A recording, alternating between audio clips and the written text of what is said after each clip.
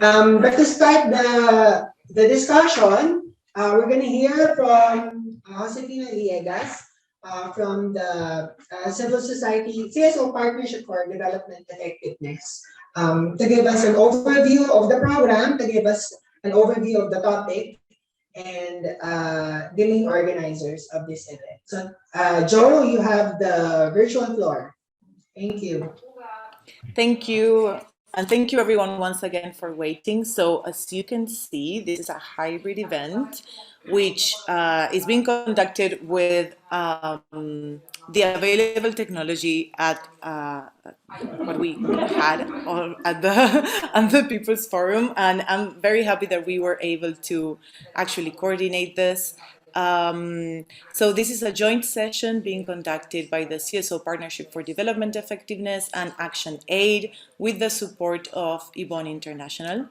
As you know, the subject for our discussions today is bringing gender justice and development effectiveness into climate finance. Also, thank you to those that are attending in person who I cannot see, but I hope the room is starting to have some participations, some people joining. So before we run through the program, I'll just make some quick notes on the Zoom use. We will try to keep our microphones silent, and there will be a space for an open forum further ahead in the program. There is also an option for interpretation for those that need interpretation from English to Spanish. And you should click in the interpretation button that's in the lower part of your Zoom screen to your right, and choose the channel where you want to get the audio, in what language you want to hear the audio, right? So if you need to hear it in Spanish, you click the Spanish channel. The same applies in case somebody makes an intervention from the floor in Spanish. We should all switch to the English channel in order to hear that interpretation. Additionally, there will be slides. All the presentations have been translated to Spanish. So you can also click in the upper part of your Zoom screen and choose what language you want to view the slides in. Yeah, I think that's it. We can also use the chat for questions. I will be trying to moderate the online participants and raising hands, etc. And hopefully we will have a very good program flow. So for today's sessions, we will start. I will have to briefly stop sharing my screen. We will start with an overview of climate impacts and gender from Teresa Anderson, who's Action Aid International Global Climate Expert, and then Farah Kabir will provide from Bangladesh the perspectives on climate impacts and gender in Bangladesh. We will then move to climate finance needs for the Global South, from hearing from Executive Director for Yvonne International, Jennifer del Rosario Malonzo. And right after, we will get Carola Giovanna Mejia Silva from Latindad, from the climate, she's a climate finance analyst for Latindad. And she will be speaking a little bit more on the interlinkages between climate justice and effective development principles in climate finance, how these two bridge together. After this, we will get some reactions also from Sarah Helm, I hope I pronounced that correctly, who's the Communications Manager and Action Aid Sweden. She will be bringing some insights on gender analysis of Sweden's climate finance contributions. And we will have Josiah Osborne, who's joining us from Fiji. It's really early in the morning for him, so he deserves like a double clap from our end. He's the Deputy Executive Director and Program Manager for Piango. And he will be also sharing with us some perspectives on climate finance from the Pacific region. So once we've had all of those insights, you will see that our panel is mainly focused on climate finance from two different perspectives, so gender and development effectiveness. And hopefully we will have a very good and rich discussion right after that. Yeah, so that's it, Ivan. The room is yours once again. Okay, thank you, Joe. But I think we need to have the slide that's being shown over Zoom to be changed to English. Or should I? No, that's okay. Can you see the slide now? The Okay. PowerPoint? Yeah. Could you put my PowerPoint up? Yeah. Yeah. It's screening now, right? You can see it. Here it's coming. Oh, but in Spanish. Yeah, but in Spanish. That's interesting. That's I can work with that if needs be. No, but I I know. see it. I see it in English. Please Why do you click on see it your in view Spanish? options. Okay, there. okay. There you go. All right, so I'll be introducing the first speaker. So essentially, she will be discussing the overview of climate impacts and gender. She is the global lead on climate justice for Action Aid International, a federation working for social justice in 45 countries. She is a specialist in land, agriculture, and agroecology issues. She also works at UN climate negotiations to protect the rights, land, and livelihoods of vulnerable farming communities.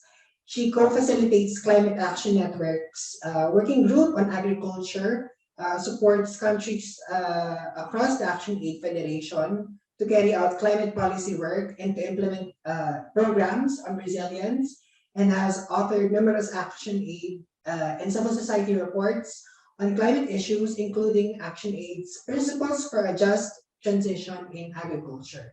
So we're going to hear from Teresa Anderson of Action Aid International. Thank you, Ivan. Thanks. I'm seeing again the Spanish version. Remaining slide share screen appears when one stops sharing. Can you check the view options in the top part? Again, it just clicked back. Okay, great, thanks. And do I have to say out loud so that somebody else will change the? Yeah, I'll be changing. Great, you're on that. Thanks, Joe. So, hi everyone. Maybe next slide. One sec. Okay. Why is 1 second? Okay. Okay. So I'm going to start by building a picture of, climate change impacts, because we know that climate change is really getting serious. Like earlier this year, the IPCC report came out. Now, the IPCC report is the Intergovernmental Panel on Climate Change, and that is a panel of many hundreds of climate scientists who reviewed many, many thousands of scientific reports produced all over the world in the last years to assess the state of climate science. And in the report that they produced earlier this year, they basically showed that climate change impacts are getting much, much worse and much faster than even anybody had anticipated or expected. In fact, they said that half the world is now in the danger zone of climate change, and that we're seeing food, water, safety, all of these are being harmed by climate change impacts, and especially in the global south, in Africa and Asia. And at this rate of continued pollution, continued global temperature rise, climate impacts are going to get much, much worse, and especially so for the world's most vulnerable people. Next slide. And so we've seen already, like many of us are from countries, where and have allies in countries where We know that erratic rainfall patterns, which may not sound very serious, is absolutely devastating for farmers who are trying to plan their planting, trying to plan their harvesting, and that makes agriculture very difficult. And of course, even worse than that, we see droughts, we see reduced yields, we see water scarcity, like in the Horn of Africa right now, in Ethiopia, Somaliland, and Kenya, we have a massive drought right now, which means that 20 million people are on the brink of famine. And then in other parts of the world, in the Philippines, for example, repeated cyclones and floods, and that leads to displacement, people being pushed from their homes, the loss of their fields, the loss of their villages. Farah, I'm sure, will talk more from Bangladesh about this. And we also see how global temperature rises are warming the seas, are changing fish migration patterns, affecting fish stocks. So, the billions around the world who depend on fish as their livelihood or food security is also being affected. And we're having this term loss and damage, which we're seeing and talking about more and more, because not only about, the need to adapt, but if we get climate impacts are so severe that we can no longer adapt to climate change, then of course many communities are experiencing loss to their crops, to their income, to their land, as well as damage that can, to homes, to infrastructure that costs a lot to repair. And so that's why in the climate space, we're talking about loss and damage, because we realize that it's the poorest communities who are paying the price and yet have no financial support to cope with this loss and damage. And so we see loss and damage causing a climate poverty spiral, so loss of income, the costs of rebuilding. If you're unable to afford planting because you've just lost all of your harvest from the last season's cyclone or flood or drought, and farmers getting deeper into debt, deeper hunger, deeper poverty, and which we often see is leading to migration, displacement, and trafficking, especially of women and their exploitation. Next slide. And so we know that climate change has particularly gendered impacts. Women are definitely experiencing disproportionate impacts of the climate crisis.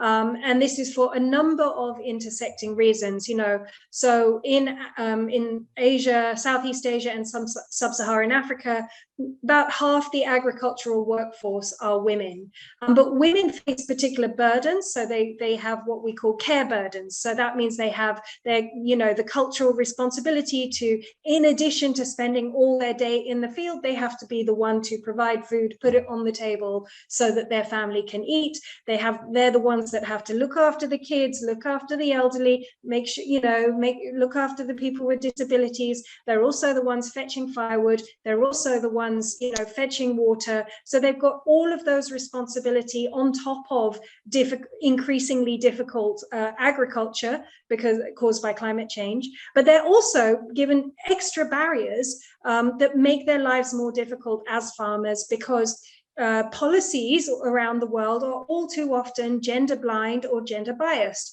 That means that women themselves either cannot access or cannot own land, which means that they often can't get, the finance they don't really have the support what they need to be able to invest in land to make it more resilient. If it's not your land, why are you going to invest in it, right? So it means that you're not going to invest in adaptation if it's not your land, or you're not sure that you're going to have secure access to it.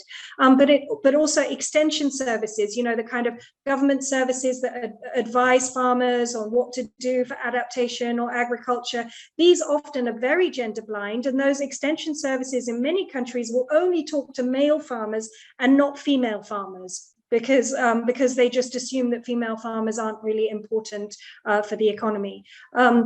Often markets, it's very difficult for women to engage in local markets to sell those crops. Often there's cultural issues about being a woman. You're not maybe supposed to go into that space, you're frowned upon, or you don't have the negotiating power or confidence, to get a good deal for your crops. And also decision-making processes. All too often the local village council has the elite men on the council and have no idea about what the women, who are the ones fetching the firewood, growing the crops, feeding the family, dealing with real life struggles, are dealing with, and so basically the solutions that would address their needs aren't being put on the table for the community discussion, for the community solutions. And then the fact that women often have lower literacy levels because they were pulled out of school earlier, because their families chose to invest in their brother's education but not theirs, means that they don't necessarily have access to information about what is climate change, what are the solutions, or how do we really make effective agriculture in this context, as well as cultural barriers to movement, to really even going into market in some places. It's frowned upon for some women in communities, and also even getting employment as a woman is even a cultural barrier as well. So next slide. And it goes on. There are all these reasons that make it really hard for women who are half the farmers of the global south. And yet there are, nonsensical barriers that are making food security more difficult.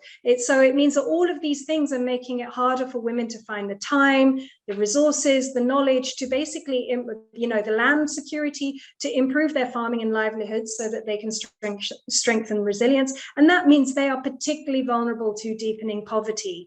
And we see when climate impacts strike, when crops fail, families, fear for their income, they pull the girls out of school first before their brothers, yet again, thus perpetuating that cycle of gender inequality. And we also know that when families are losing their income, it's the mothers, the women who skip their meals first, the mothers who face increased hunger and poverty, and who are also much, much more vulnerable to gender-based violence in times of poverty and crop failure and hunger.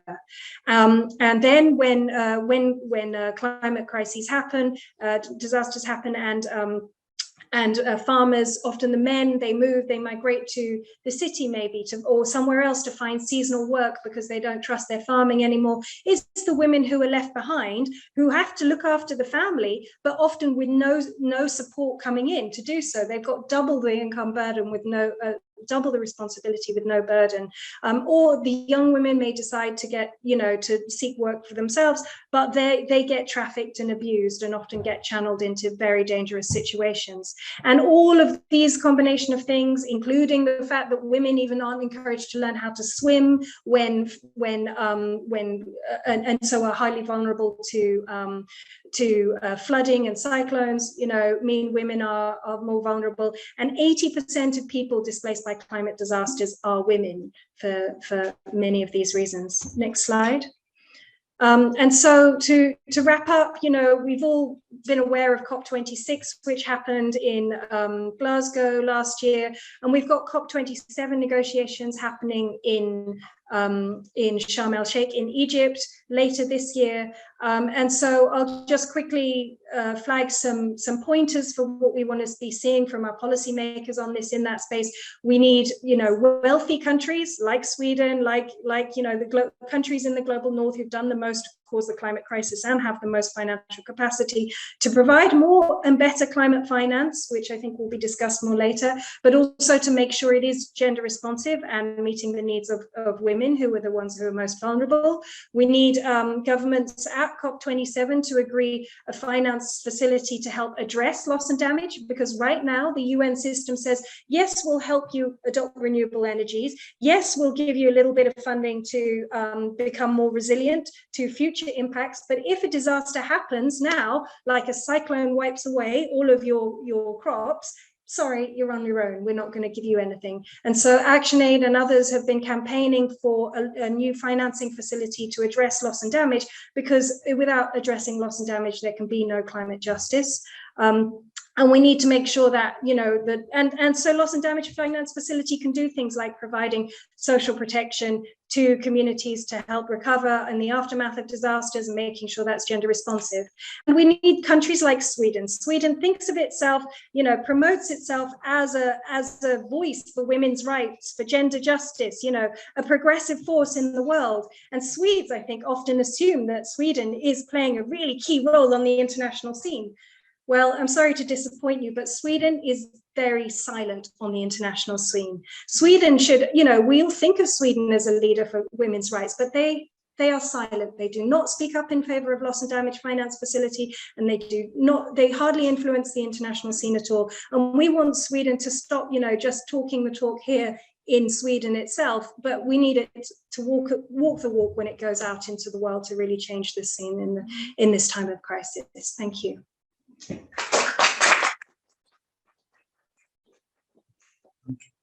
Okay, thank you, Teresa, for that very comprehensive overview of the gendered impacts of climate change, and to give us a more concrete country-focused overview of what Teresa actually already discussed.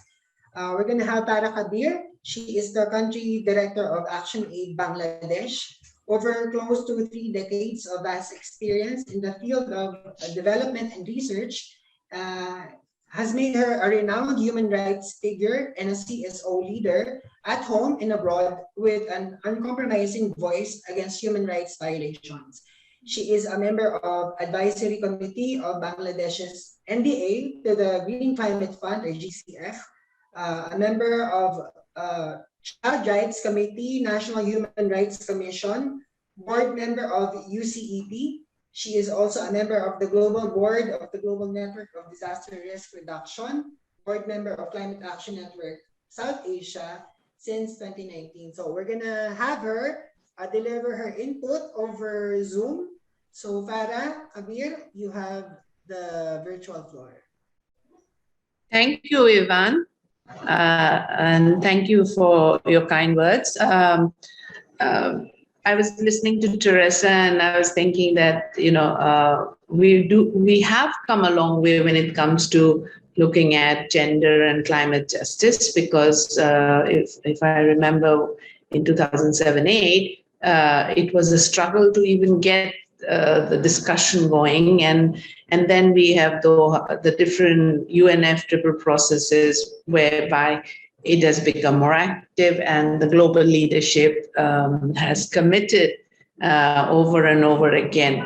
But the commitments seem to remain on paper more than it is implemented.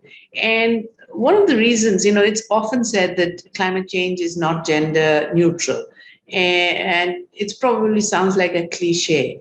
But if you really think a little deeply, you understand that we're talking about climate change in the context of, or looking at it from the lenses of already existing discriminatory practices. Societies across the world, wherever you are, have gender biases, whether it's in the policy or it's in the action, it's in the daily lives of women, girls, persons with disability, marginalized.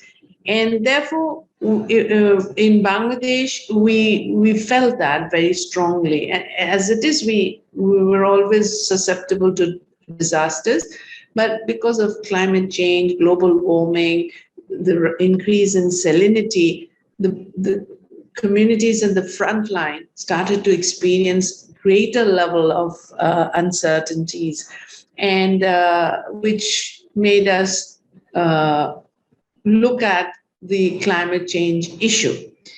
And for instance, development work was going on, and probably many of you know that to address poverty, to address women's empowerment projects and contributions were coming. But those projects were designed not necessarily with women and girls and children, and those were more from a perspective of the same approach of development and economic growth, but it had missing links in terms of the social aspects. With climate change, what has happened is the already vulnerable groups of women, girls, people with special needs, LGBTs, were being further marginalized. There is climate change results in displacement, loss of livelihood, agriculture. There's waterlogging, because where I am in Bangladesh, you have the manifestations of climate change in all its aspects. So there's cyclone, there is flooding, there's waterlogging, there is salinity increase. So therefore, east, west, north, south of the country experiences these different disasters in different ways. So that is the reality with which we live. And all the interventions that are for development, for changing, are vulnerable, are not happening. Now, for instance, according to one of the recent reports of UNICEF, nearly 20 million young women are victims of extreme weather. So that's floods, river erosion, sea level rise, other environmental shocks driven by climate change. So 20 million young women displaced, having to move and becoming further vulnerable because they have lost their homes, they've lost their livelihoods, they've lost their social capital, and then they are now exposed to gender-based violence, domestic violence. With the changes in climate, traditional food sources were becoming more unpredictable and there were shortages. Unfortunately, Bangladesh has managed to address some of the food crisis with alternative agriculture, but it still remains a threat. And often the sources of food are being lost, and therefore income is lost, and therefore it's like a dominoes effect. They have to move because of waterlogging or floods and cyclones, river saline water rising, and then that means the children are losing their education opportunity. They're very susceptible to child marriage, and in the working areas that we are present in Bangladesh, we see that, and we form groups to stop child marriage. We work with young people to try and raise awareness on gender-based violence and how to stop it, how to mitigate. But then there is the climate change-induced disasters and repeated disasters. Now, while we have over the 10, 15 years managed to get some attention from our government, because I'm sure you've heard about how Bangladesh is a champion in disaster risk reduction, disaster management, early warning, how it's been building its shelters. These are the achievements. And I'm very proud of that because we've all been part of it. We set up the first Bangladesh Climate Trust Fund, which before any other country had done that. We were not necessarily waiting for the global north to come with the money, even though they are the most responsible for the emissions and the use of fuel and traditional sources of energy. But all the achievements seem to be at risk because, again, we have not changed our behavior globally. Climate change is now reached a point where, the IPCC report is saying that it's not about climate change happening tomorrow. It's here now, and we are experiencing it. Look at the temperatures and so on. And therefore, the young people, the women, the girls are suffering. Now, while our advocacy lobbying has led to certain achievements, I want to share with you some of the experiences that we have. Recently, I was in consultation with women in communities in waterlogged area.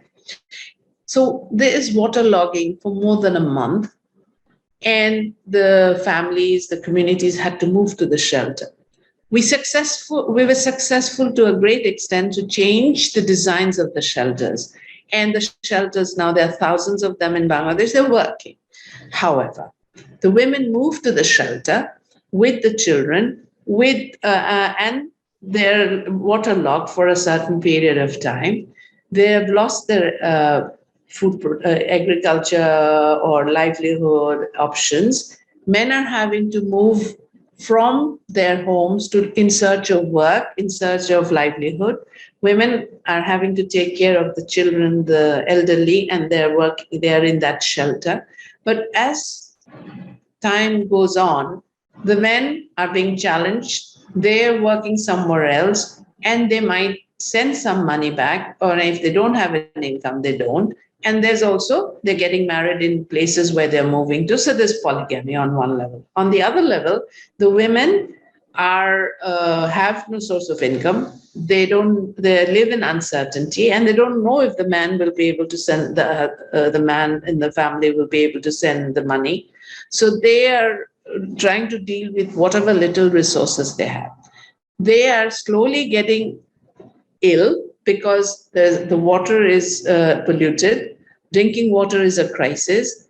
And with the salinity increase, they're suffering from hypertension. They're getting urinary tract infection. And this is the health side. The young girls and boys are not being able to attend school. Moreover, some of the girls are now being married off at an early age. So while we manage to influence the government to change the climate because of disasters, the shelter design, there are more lights, there's a ramp for people with disability, but the social aspects of it could not be covered with those steps. So we have to really think of not just the economic loss or the agricultural loss, but we have to think of it from a comprehensive lens. We have to remember that there's the intersectionality. It's very important that development financing and climate change financing are looked at it from the same lens, and it is there to address the problems of women, girls, young people. And it's so critical that there should be additional and new funds. It can't be with the existing resources. I'll stop here, but I'm happy to take questions. Okay, thank you, Farah. Perfect, because the next topic will be dealing with climate finance, which has been a long-standing demand of developing countries, because changing our energy systems to greener and more sustainable system and adapting to the impacts of climate change will need finances, will need investments. And the demand of developing countries is that this finance should be coming from developed countries as part of their fair share, as part of their historical obligation for causing the climate crisis. So we will be hearing from Even International's executive director. She is a development worker, writer, editor, and social activist, working with civil society, people's organizations, and networks for over 2 decades now. She is the executive director of IBON International, a Southern international NGO that engages in capacity development for people's rights and democracy around the world. She has been working extensively on socio-economic issues, development cooperation, and sustainable development financing using the lens of a human rights-based approach to development. So we're happy to have Jennifer Del Rosario Alonso. Thanks for the long introduction. Hello, good evening, everyone, and good morning, good evening, good afternoon to everyone on Zoom. Thank you for joining us, and sorry for a bit of delay earlier. All right, so I'm gonna discuss climate finance from the perspective of the Global South. I am in no way an expert on this, but this is a perspective that I think is really about being political about the climate finance. So next slide, please.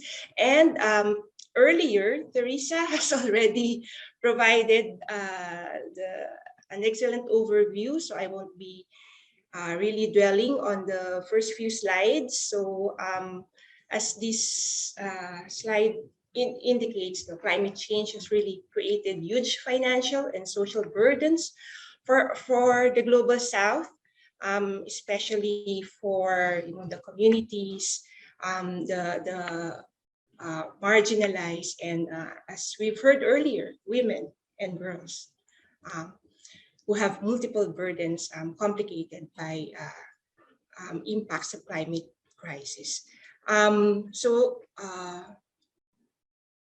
People in the South, can you move back a bit first, just to just say that they are 6 times more vulnerable to losses and damages. There is also decreased economic output because of the various impacts already outlined earlier of change in the climate. And also developing countries have been experiencing additional costs of debt because of the impacts of climate crisis and the way that they also address the crisis. Next slide, please. So how much does the world need, and specifically the global South, on climate finance? There have been many estimates over the years, and these estimates are rising, but the latest one is from UNEP, the UN Environment Program, which estimates around $300 billion of climate finance that's needed by the global South. Next slide, please. Now, as I've said earlier, this is from the perspective of the South, and we feel that climate finance is first and foremost an obligation of the global North, the global South, given the centuries of exploitation and also their responsibility for most of the warming in the world. So, and from the perspective of the South, climate finance is reparations for all the damages, the exploitation that our peoples have experienced for hundreds of years. So it is the North's climate debt owed to the peoples of the global South. Next slide, please. But how does climate finance look at the present? Funds are not compensatory. They are in no way able to compensate for all the losses and damages and the impacts that we experience. And there is also so much failure in terms of fulfilling the commitment on financing. So, for example, they have the North has promised $100 billion by 2020, per year by 2020 for climate action. But as we've assessed in last year's COP, this has completely failed and not reached by and very much lacking. And I think everyone has been really disappointed on this commitment. And whatever climate finance is available, they usually come in the form of loans instead of grants, and which also, further deepens the indebtedness of developing countries. In addition, funds are not new and additional, meaning there are many countries, donor countries, who consider their ODA also as climate finance as part of ODA. And so the CSO demand for so long now has been to, provide additional financing for climate adaptation and mitigation on top of the needs for development assistance of the South. And then this is also very much an antithesis of development effectiveness, in terms of the principle of ownership. The North controls climate funds. And finally, climate finance is thus far mainly utilized for many of the false solutions instead of really addressing the root of the crisis. All right, next. So how can climate finance deliver justice for the South? So these are a few of the demands that I think over the years have also been expressed in different arenas, by the civil society. So there should be new public climate finance target and concrete plan to deliver. And it's not just about the 100 billion anymore. It's in terms of all the financing needs of the South, given all the impacts, the minimum would be 500 billion US dollars between 2020 to 2024. And this climate finance should be based on the needs of vulnerable peoples and communities in the South, instead of being, just arbitrarily provided by developed countries as voluntary contributions. As I've earlier said, it's about an obligation, a historical debt, and reparations for the South. Of course, grants, not loans, and for small,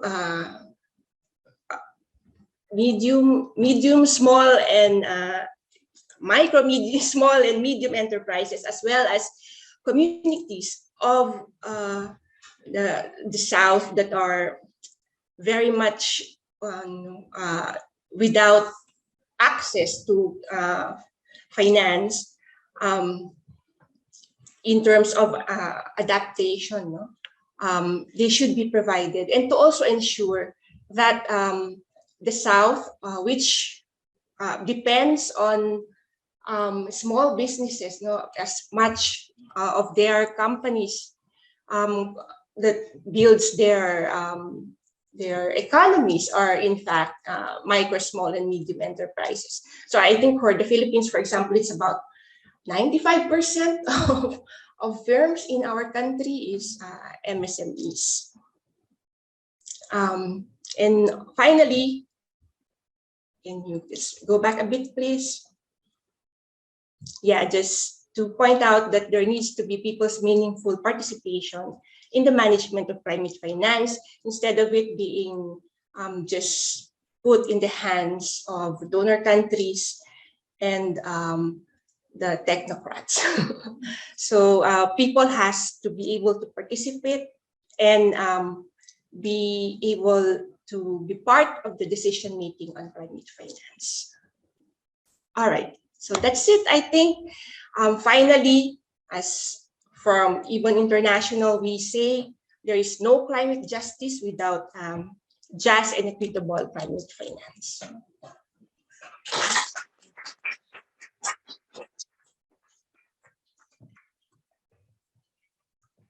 Okay, so we're gonna move on to the next speaker.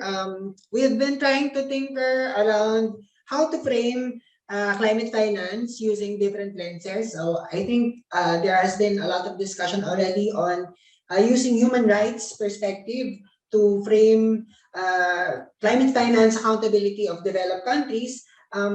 But with CPD or CSO Partnership for Development Effectiveness, we've also been trying to look at the possibility of using effective development cooperation principles to make donor countries more accountable to their climate finance obligation. So we're going to hear from Carola Giovanna Silva.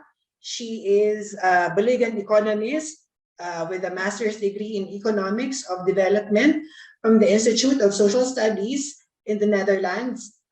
She specialized in sustainable development with 16 years of experience as advisor, consultant, and regional coordinator for public, private, and international cooperation institutions and networks, with main experience in environmental projects, climate finance, and sustainable development in Latin America. She also has experience in the academic sector, teaching about climate change in the Andean University Simon Bolivar for a couple of years. And currently, she works as a climate finance analyst for Latindad. So we have online Carola Mejia. Thank you, Ivan. Is it possible to just confirm that you are watching my share screen? I just shared my presentation. I'm gonna share it in my computer. Could you please make sure that the projection is to this English version of my presentation? Yeah, there. Yes. So they're Yes, now okay, seeing the perfect. Okay, perfect. Thank you so much. On behalf of Latin Dad and Renik, I want to thank all the organizers for inviting me to this event. As you were mentioning, I'm gonna present about the interlinkages between climate justice and effective development principles in the climate finance. And to start from the perspective of climate justice, very complementary to what Jennifer was already mentioning, it is very important to say that there is historical climate debt that has been already mentioned.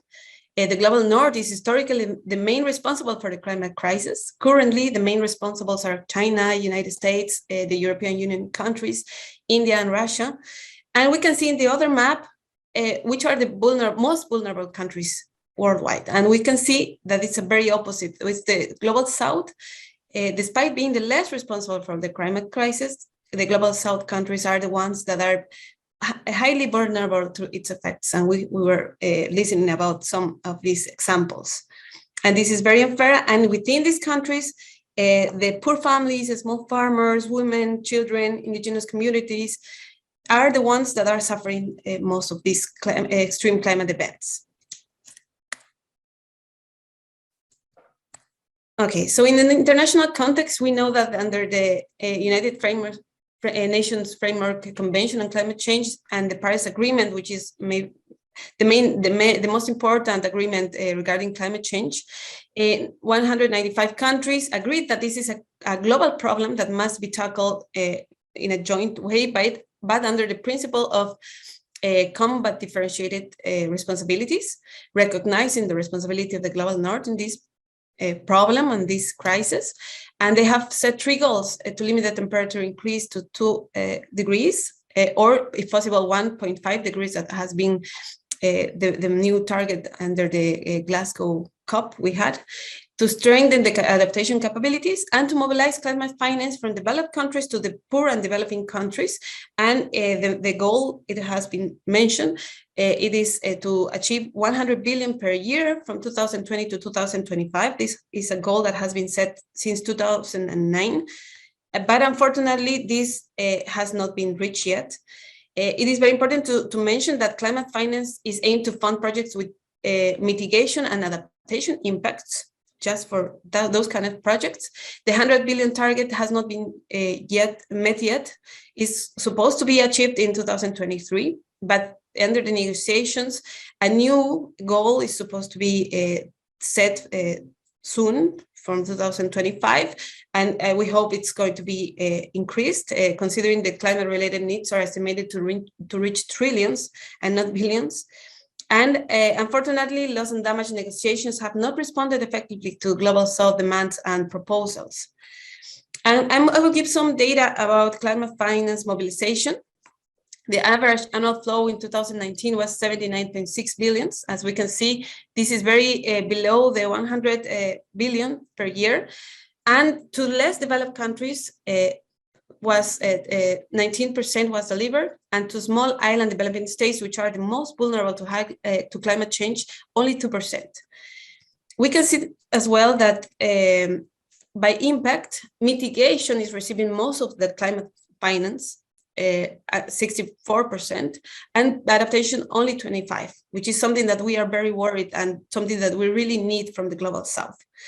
We can see also that the public climate finance is the most important. We can see the multilateral public funds are 43%, bilateral public funds are 36%, and in total 79%, from which we can see that in 2009, 71% was delivered through loans, which is something that we really, really criticize, because this is not fair. This is not fair for countries that are already in high indebtedness, especially in a context of multiple crises. And this, I want to develop a little more implications of this climate financing debt levels. Higher debt services implies less fiscal space to finance climate change mitigation and adaptation, less chances to obtain any funding to recover after disasters, less possibilities of financing other population needs, rights, and services, more pressure for developing countries to overexploit natural resources and promote extractive and high polluting activities such as hydrocarbons, mining sector, for example, in my country, the gas sector, to pay their debt services. And in the other hand, there's a greater climate vulnerability implies higher borrowing costs. So that means that the debts are even more expensive for vulnerable countries. This implies also the greater macroeconomic volatility, higher risk of debt and sustainability, and lower long-term growth prospects. So we think that the global south countries are unfairly paying for the climate debt of the countries of the north, even with high interest rates, and that is not good. And that's why Latin is part of the global campaign, No Climate Justice Without Debt Justice, with other allies. And from the perspective of the effective development principles, the Busan principles should guide effective development cooperation. But what are the current problems related to climate finance right now? We can see the four main Busan principles: country ownership, but unfortunately we see very weak participation of developing countries in global finance, climate finance architecture, as it was already mentioned by previous speakers. The global north is the countries are the ones making the decisions about how to mobilize and deliver this climate finance. Only in the Green Climate Fund, developing countries have a little bit more voice in decision making, but this is not enough. Also, conditionalities set by funders, especially for loans. The providers of this climate finance are the ones setting conditionalities to our countries, especially because they are coming in the form of loans, as we already mentioned. And unfortunately, what most global south countries owe is just more debt. That's the ownership we have so far.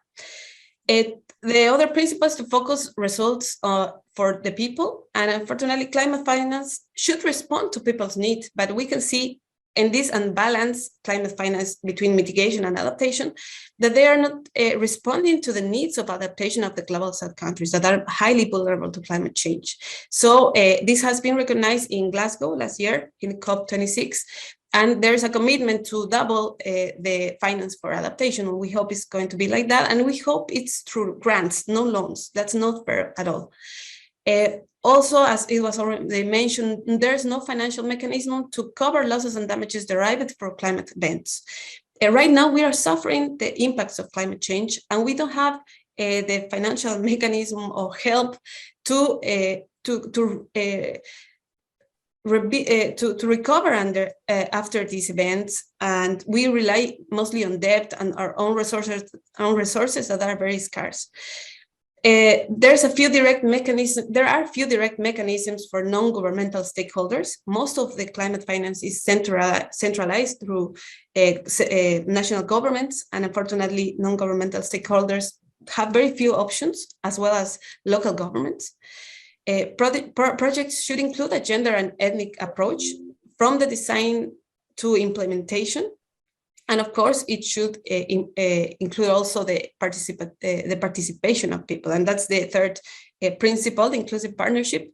Centralization, as I was mentioning, the climate finance is centralized on central governments, national governments. And unfortunately, in developing countries, there is a very weak coordination mechanisms to respond to the needs of the people and the other sectors that are the most vulnerable to climate change. So this relies on mainly the decisions of the national governments, and in many times these projects are implemented by other implementers or institutions, for example, multilateral development banks. So there is no like direct access for other people or for other sectors. There's, as I was mentioning, weak coordination and participation of NGOs and vulnerable groups in climate-related decision-making processes in the countries.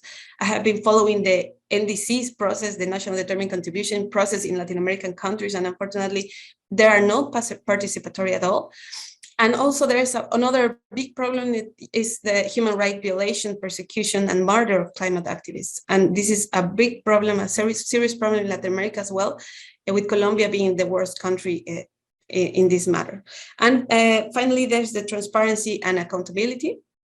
And there's no unique definition nor methodology for climate finance to be reported or accounted. So there's a big problem there. The funders and countries that provide climate finance report it using different methodologies. So this is not really accountable or transparent at all. And in our countries, the recipient countries, there is a lack of a specific climate finance MRV systems, for example, for monitoring, reporting, and verification of what we are receiving from climate finance. So there's another problem. And as it was already mentioned, additionality is a principle that is not being implemented by funders. Climate finance should be additional to ODA that has been already committed for other problems, for other sectors, for other things. So it's something that unfortunately is not being achieved. And just to finish, within the framework of global finance architecture, the use of non-debt creating instruments should be promoted. We really rely on this to be implemented. Loans should not be the main instrument to deliver effective and fair climate finance to the global south. Developed countries must meet the goal of mobilizing the 100 billion annually, which in fact must be higher, considering the financing needs and multiple challenges. Within the framework of the negotiations, progress must be made mobilizing financial resources to cover losses and damages derived from climate change, listening to the demands and proposals from the global south. More resources must be mobilized for adaptation. They have to be double at least. Climate finance must guarantee the projects include a gender and ethnic approach, as well as participation, both in design and implementation. It is not only about quantity, but quality is very important. And climate finance should respond to real needs. It should be able to measure social and environmental results. And a unique definition of climate finance is needed, as well as a unique methodology to report and quantify it in order to promote transparency and accountability. And more efforts should be made to decarbonize economies and reduce national and international finance for extractive activities, mainly fossil fuels, which are receiving a lot of investments right now, much more than the climate finance amount that we have checked in the previous slides, that is causing the climate change.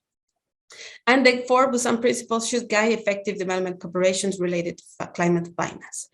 Thank you so much. That would be my presentation. Thank you, Carola, for giving us an idea on how to actually make use of this framework that is already being used by many CSOs in terms of advocacy in the arena of development cooperation, development aid. And then now we're going to hear views from Sarah. How do you say it? Sarah Yem. Okay. She is a communications manager at Action Aid Sweden.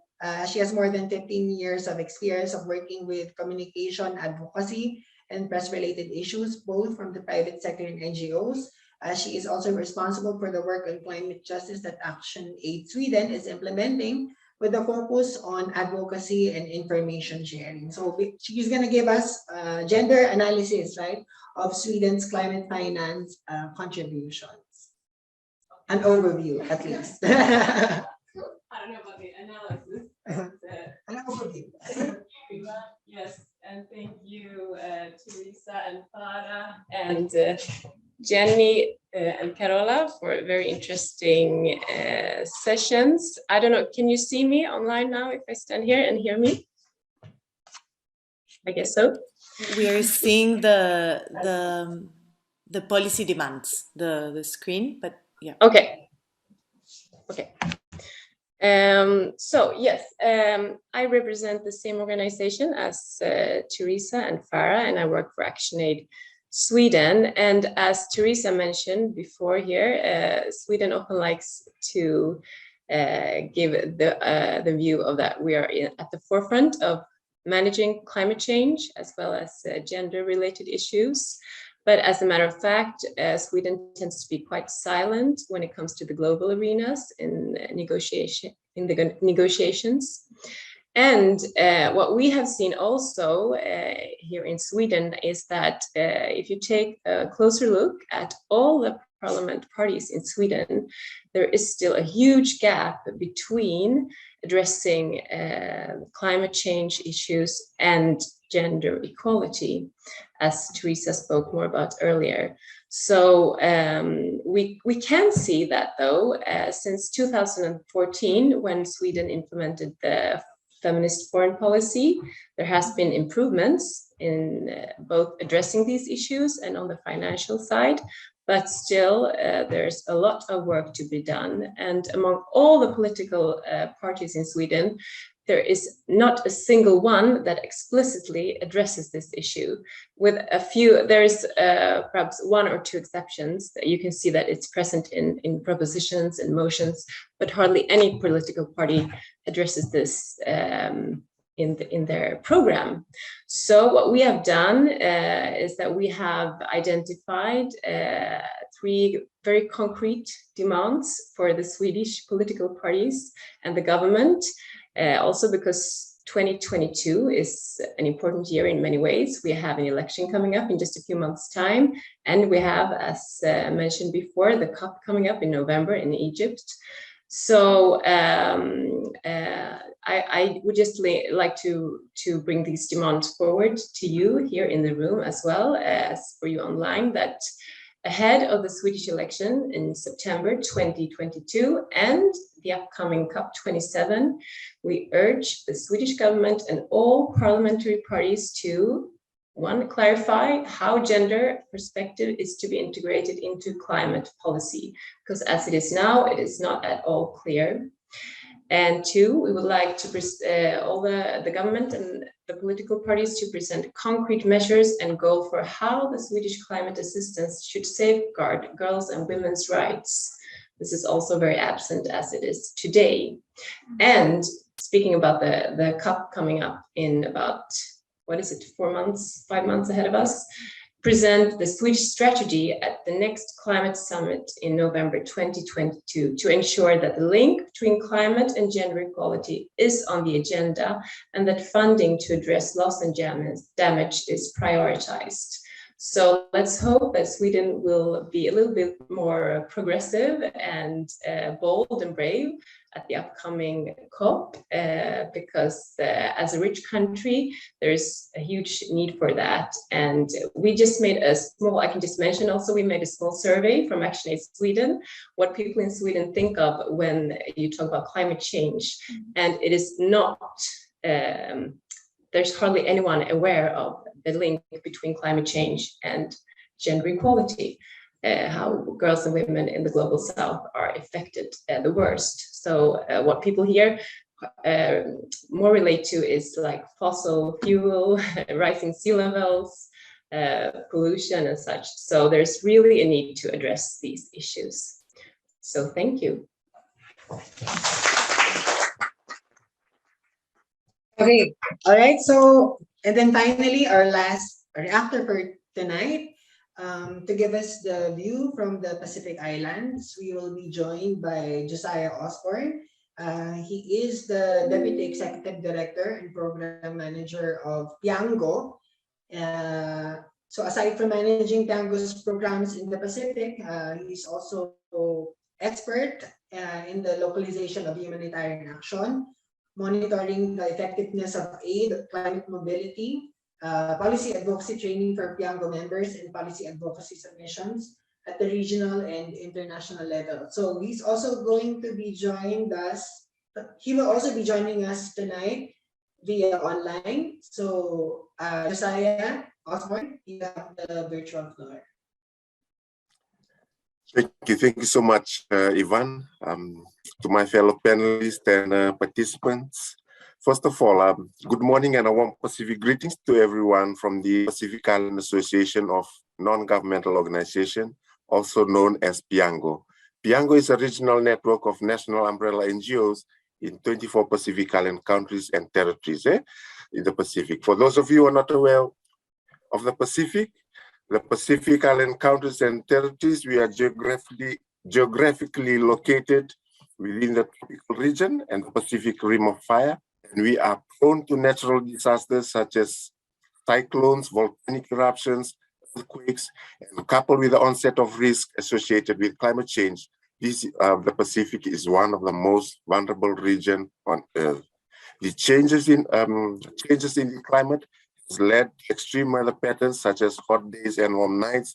The intensity of cyclones, we've faced a lot of cyclones since, and the category of cyclones, intensity of cyclones in the past 6 years. And that has, we've also faced events that lead to flooding, ocean acidification, and sea level rise.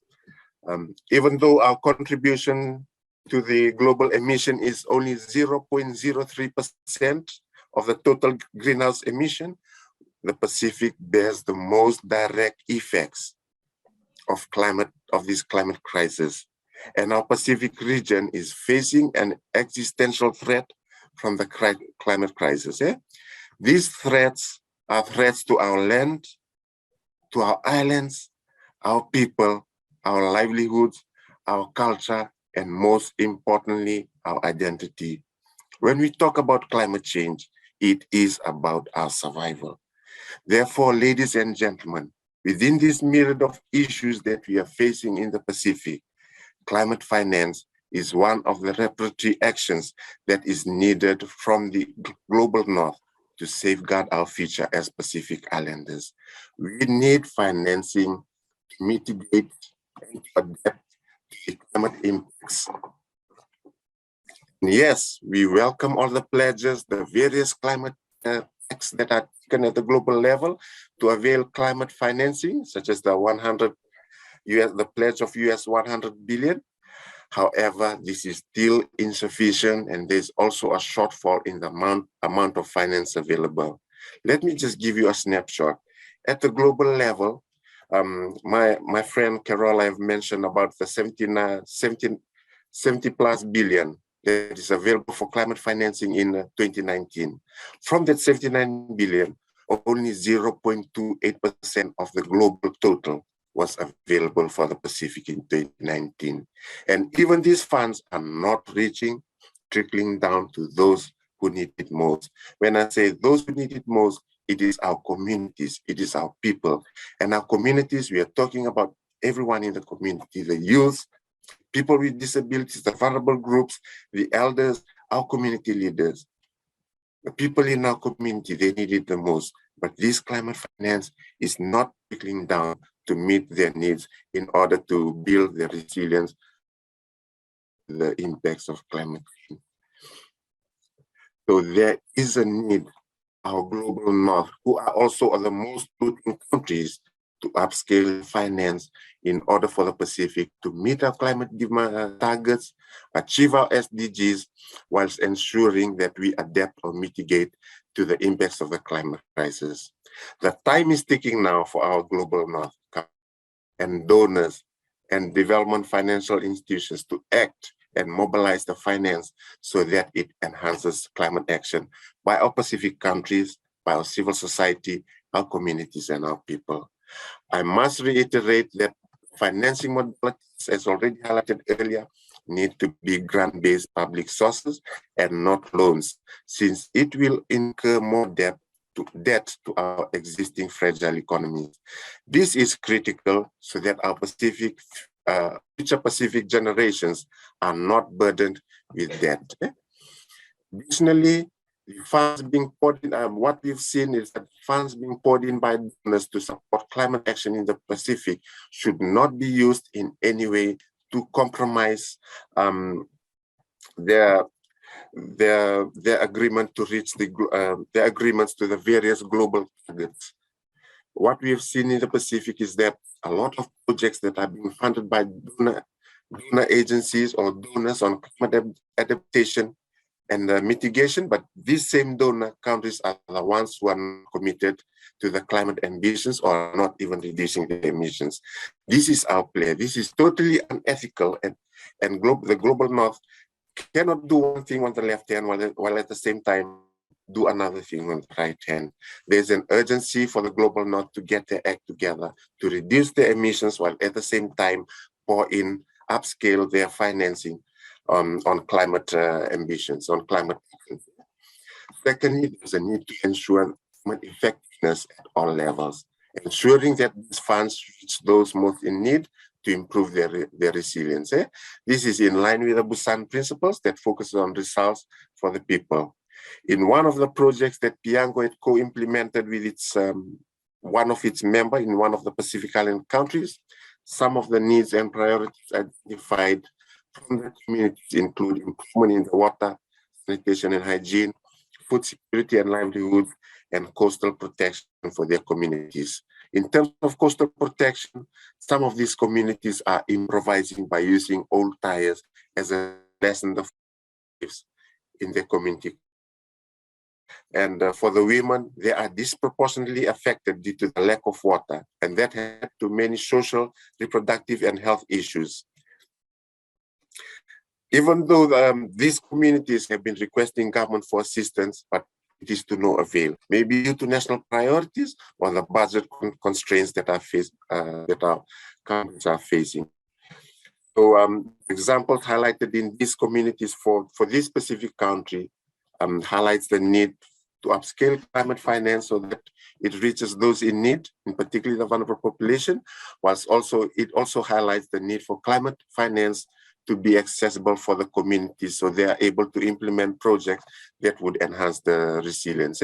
We are all aware that most of the climate finance funds are directed to our national governments, but there are donors. There's a need as well for communities to access, or CSOs to have access to those funding. Now, when we talk about climate finance, we are all aware that we need to recognize that there is the elephant in the room, and that is the accessibility of funding, especially due to stringent donor requirements. So for donors, there is a need for donors to take the risk and invest in both climate actions, plus investing in strengthening local institutions, whether it's government or local civil society. Only when donors directly fund local actors, which includes community-based organization, women's group, youth groups, etc., they would then see the multiplier effect of their investment in ensuring the effectiveness of aid, and that improves the resilience of our people in the Pacific. So in addition, the reporting on climate financing dispersed to our national governments or CSOs is paramount. We are all aware of the burden of reporting that is required by some of our donors. There's a need to lessen that burden. Finally, there's a need for a accountable, transparent climate finance mechanism to be available, not only globally, but also at the regional and national level. The movement, while we've seen some progress in terms of the movement for global climate action, there is a need to push it further so that there are effective accountability mechanisms that are in place. So for the Pacific Island Association of NGO, for Piango, what we are urging is that the participation of CSOs as key players to boost and strengthen these mechanisms in the benefits of climate action, and also to be participating as well in terms of the national NDCs. Secondly, for us as a Piango, our NLU, what we have learned over the years that our NLU presence or our members' presence, our members are present in the remote communities that may not be reached by governments and organizations. And this gives them a better understanding of the local conditions. Therefore, we're calling for a collective call to action and accountability, whereby CSOs are part of the monitoring, the implementation of projects and agreements at the national, regional, and at the global level. Thirdly, national CSO engagement in public climate finance development and implementation should be encouraged because it will ensure the inclusion of CSO voices. Not only CSO voices, including those that are the marginalized groups. For Piango, in the past 2 years, we are involved in, we are currently implementing a public finance management project in 7 countries.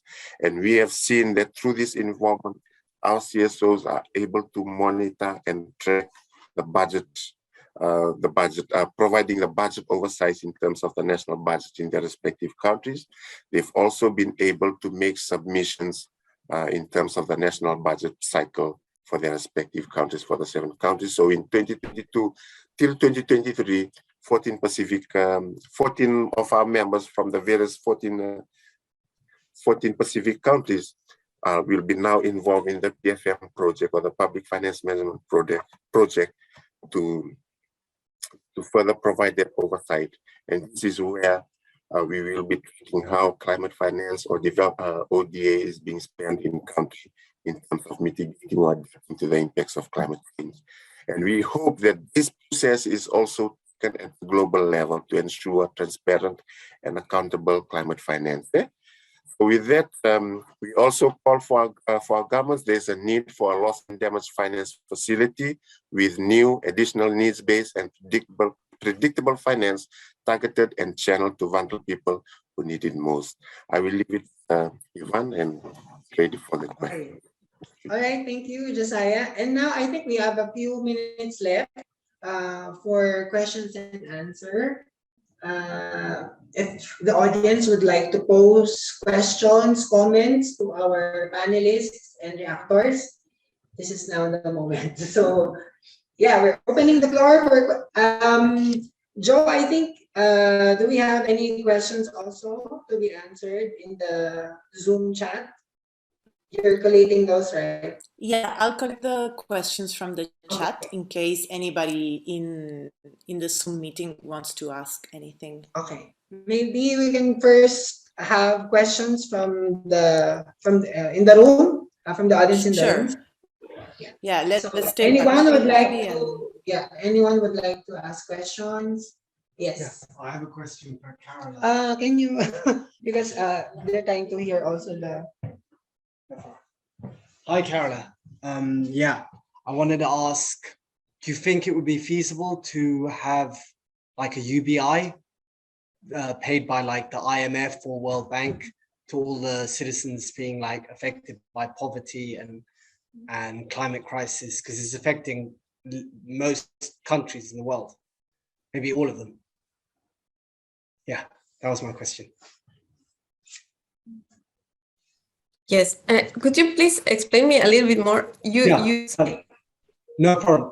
Basically, like all the countries in the world are being affected by the climate crisis, poverty, not having a roof over their head, lacking food.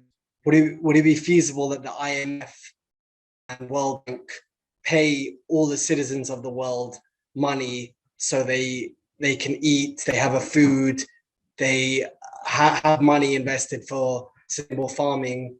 Could that be a feasible idea? It would be like I can try to take that first and you can add in if you want to dwell on that a little bit. I can. Okay, you start and then I develop more. Thank you. Yeah, thanks. Thanks. Very interesting question. First time I've had a question like that in this space. But I see where you're coming from. And as ActionAid, we've been really calling for gender responsive social protection as part of the response to loss and damage. So, you know, sometimes when we're calling for a new loss and damage financing facility, for example, the rich countries say, yeah, but what are you going to really spend that money on? You need to prove to us that you'll really use it in the right way. And we know that social protection is a really key part of the response. You know, we know that all sorts of things like food support, you know, housing, shelter, especially cash support, giving people the cash that they need in order to, because they've lost their livelihoods, basically helps them to bridge that gap and avoid falling deeper into a poverty spiral. And it's absolutely vital, because if you don't give people that support in the aftermath of climate disasters, after experiences like loss and damage, or, you know, or to help them adapt to future impacts, then they are going to like probably leave their land, you know, and not be farmers, and, you know, end up migrating to the cities, and you know, and not having, you know, a full capacity livelihood like they had before the disaster happened.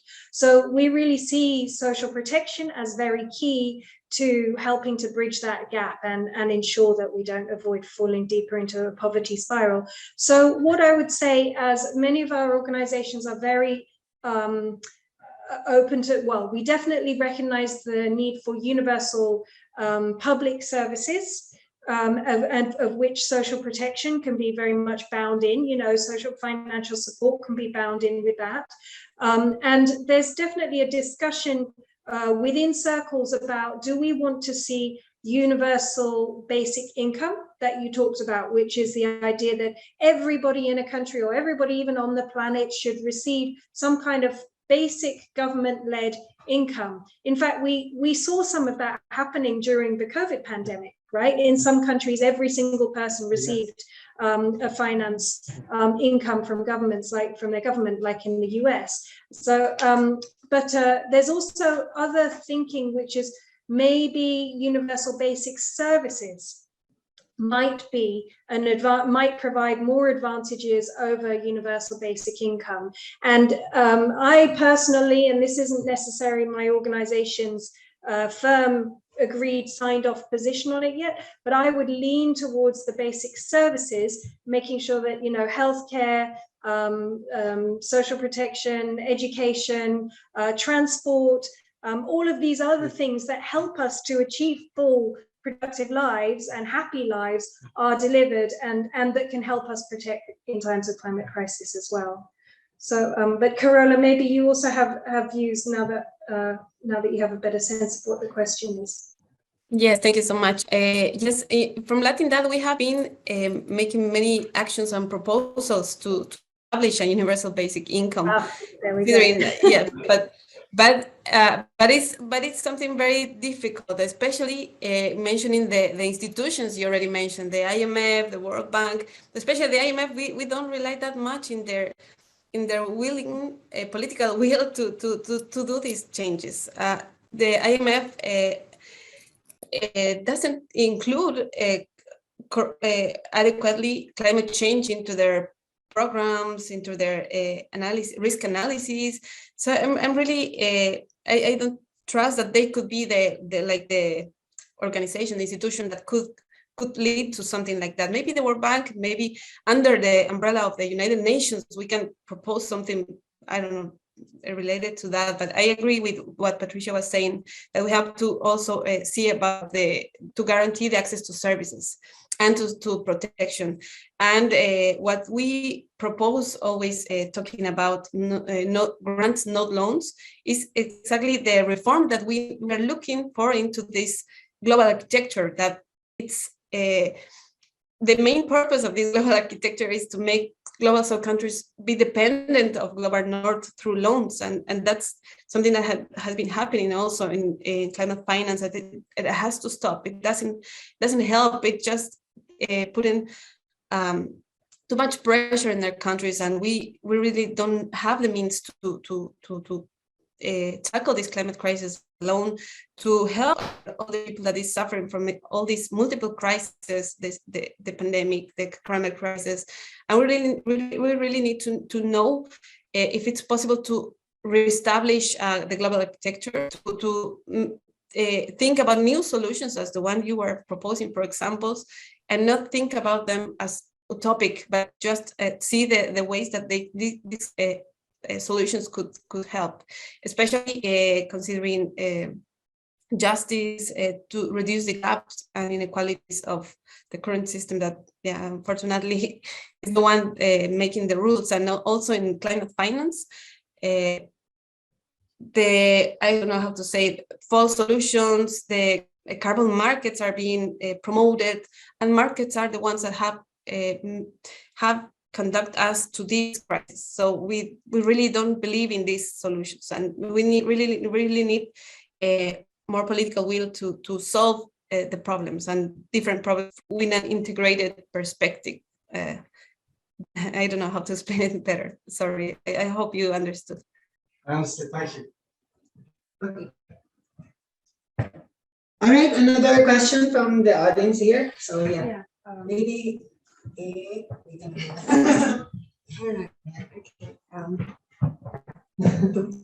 Okay, I just wanted to make a quick comment and also a question as well. So we have seen the rise of militarization. Sorry, the Hello? audio, Can't the audio hear. is not coming. Very difficult to hear. Yeah, Hello, maybe testing. if you can come in front of the computer, that would be. We can also see you. Right. Thank you. Hello, testing. Can you hear me? Okay, good. So I was just about to make a comment about the military spending that is going on in this region is is increasingly high, and I wonder how that is going to affect our climate finance, our budget, and our targets. That is my comment. But the question that I wanted to ask is how money is going to be trickle down towards the people on the ground, especially when in the global south, where there is a rise of declining democracy, where corporate capture is very common, and what kind of safeguard mechanisms that we can use. For example, FPIC, I work a lot with indigenous communities where we work with concepts like FPIC. It's still a concept because it has failed to be a safeguarding principle. So the kind of participatory budgeting, for example, this could be a mechanism, but it has failed immensely. So another question, I think it's just a follow-up question. It comes to donors, basically. How do we make sure monitoring and evaluation are meaningful for people on the ground? I say this because some of the communities that I work with has to fill up Excel sheets. They do not know how to use this. Right. So how do we address these issues? How do we make sure that the structures coming from the north, intersects with the needs for the indigenous community? How are we making sure that we are taking the differences? What kind of meaningful ways that we can do monitoring and evaluation? Yes, that would be my question. Yeah. Thank you. Is there an order as to who addresses this question, or can I come in? Yeah, you go ahead, Farah. So it's a very good question, and I think for us, one of the critical considerations was about both information and accountability, and how communities need to be in these processes at the decision-making table, both at national level but local level. And the question asked is, at the local level, we are put off by the X number of paperwork and Excel sheets and so on, and we are asking that this be simplified. So there are certain intermediaries, or we have been a catalyst where we have tried to simplify, make it into vernacular language, and then share it with communities.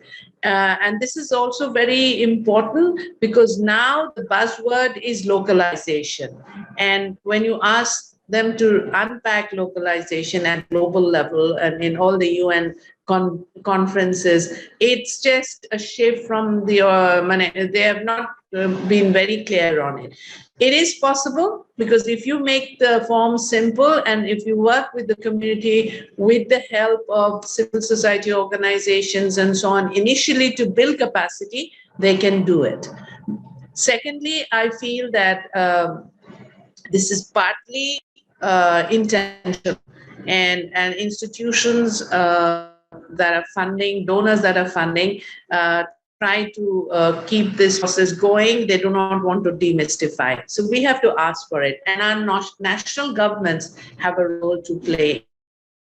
Because if you look at the Green Climate Fund, it was so complicated that countries had difficulty applying it. So for instance, in Bangladesh, we set up the advisory group. We've tried to unpack and help organizations across board to try and come together and apply for it. So I think it is possible. It needs to decentralize at the national level, and it is about demystifying at the global level.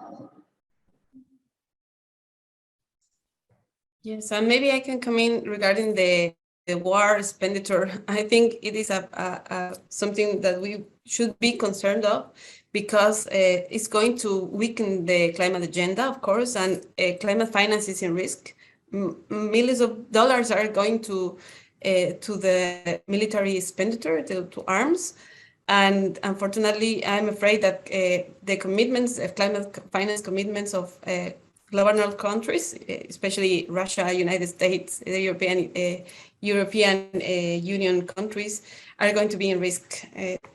They are putting the focus, of course, in the war right now, and this is very dangerous considering that we only have 8 years to tackle the climate crisis in a timely manner. Otherwise, it's going to be very late. And yes, I'm afraid the war is going to be it's going to weaken the climate agenda and put in risk climate finance as well. Okay, I think Jenny also would like to give her answers. Sorry for the bit of delay in reacting to your earlier question, but I was also thinking we certainly do not want to, depend on the IMF, World Bank, on anything, especially as over the years their very policies have also caused climate injustice as well as various human rights violations in southern countries. So, certainly we'd like to see other perhaps more credible bodies addressing the needs of our populations. In terms of What would those bodies be? the UN, of course, at the moment, it's the most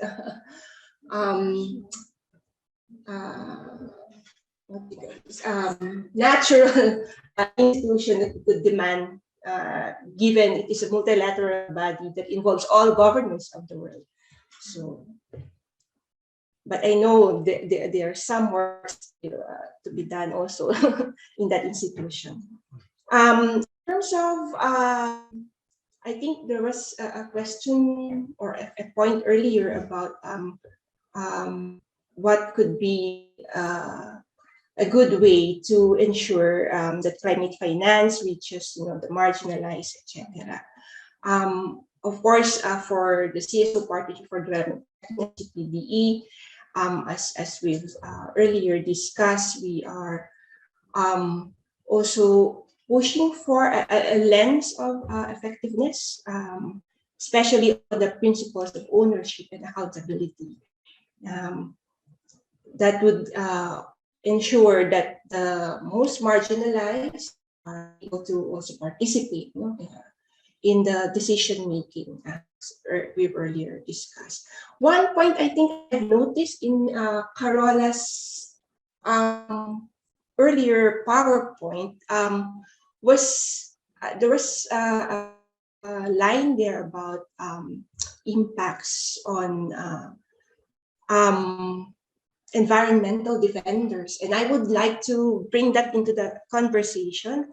I think in many of southern countries, environmental defenders, land rights defenders, and general overall human rights defenders are in many cases are also climate justice warriors, and unfortunately they have been attacked. For example, in the Philippines, there are many forms of violations and abuses that are targeted towards these defenders. And so we, aside from calling for better climate finance, more effective climate finance, and climate justice overall, we are also calling for solidarity for these defenders who are under attack in many southern countries, such as the Philippines, who have been experiencing tyranny and repression from the governments. Thank you. Anyone else? Okay, maybe Joe, do you have any questions online? We have 2 minutes. Maybe we can wrap up already. Okay, so basically, my takeaway from this very fruitful and very important discussion that we are having right now is that climate action, climate policies, if they are truly to deliver justice to the most vulnerable, to the most affected communities, they should be grounded in the realities of these communities, and these communities should have full control on designing, implementing, and monitoring and holding authorities to account for these policies. So we have heard voices from women, we have heard voices from the Global South, we have heard the perspective also of our brothers and sisters in the Pacific Islands are very much vulnerable to rising seas and climate change.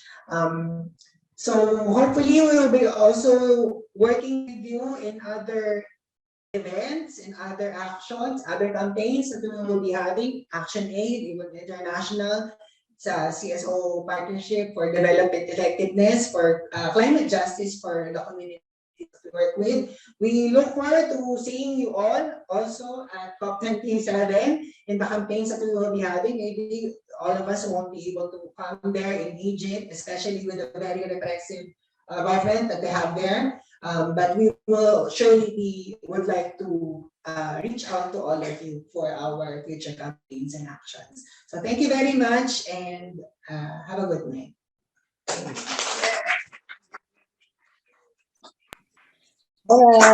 Thank you, Ivan. Maybe you can change the screen settings so that you can see the Zoom people and we can how? reply or something.